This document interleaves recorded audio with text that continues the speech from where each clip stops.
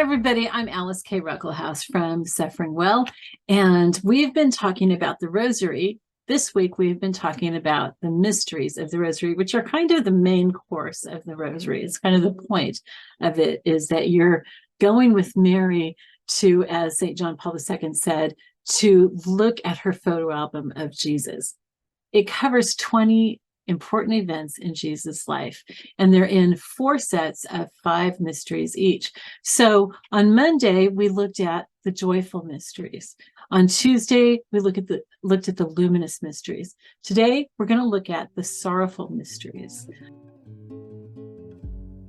Okay, so these are the ones that have actually impacted me the most.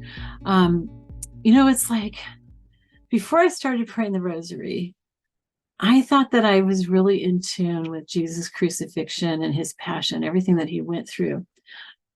But when you meditate on these things twice a week, which if you do the Rosary every day, there's 4 sets. So 3 of those sets are going to be repeated during the week. You're going to do them 2 times. And Tuesdays and Fridays are the sorrowful mysteries.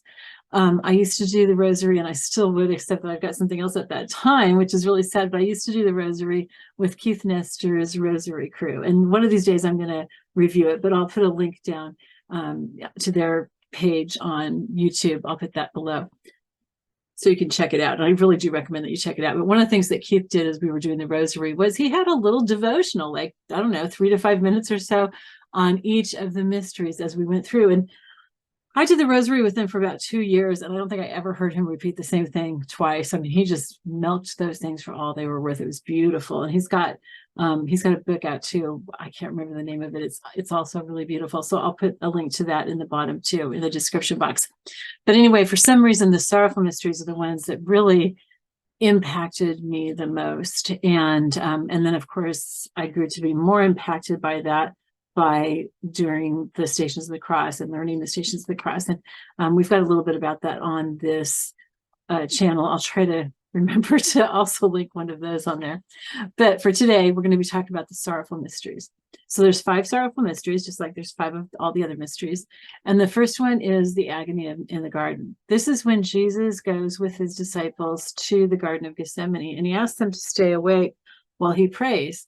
And he prays asking his Father to allow this cup to pass by him. But then he says, the cup being the crucifixion. But then he says, but not my will, but yours. Or not my will, but thine, is how you often hear it. So he's saying, I don't want to go through this, but I'm going to do whatever you want me to do. And this is an important thing because it helps us to see it's okay when we struggle with God's will. I'm going through something right now where I know what God's will is, and it's not really what I want to do, but I know I am going to obey God. I want to obey God. That's the most important thing to me in my life, is obeying God. And so I'm doing that, and I'm going to continue to do that, even though it's really hard. Not as hard as what Jesus was going through by far, but it's hard. So he sets that example, and I know that it's okay for me to be struggling with it because of his example. It also shows us how just because he was God didn't mean that he wasn't afraid of it. Because, sometimes people think, well, he was God, so he could handle it. No, he was human, and he was agonizing over this. And actually, he was sweating drops of blood. That's how stressful this was. So then the second sorrowful mystery is the scourging at the pillar. That's when Pilate had him scourged almost to the point of death, kind of hoping, because he knew that Jesus was innocent, kind of hoping that the people would think that that was enough and they wouldn't insist on him being put to death. But they did insist on that, and he gave in to them. So the third sorrowful mystery is the crowning with thorns.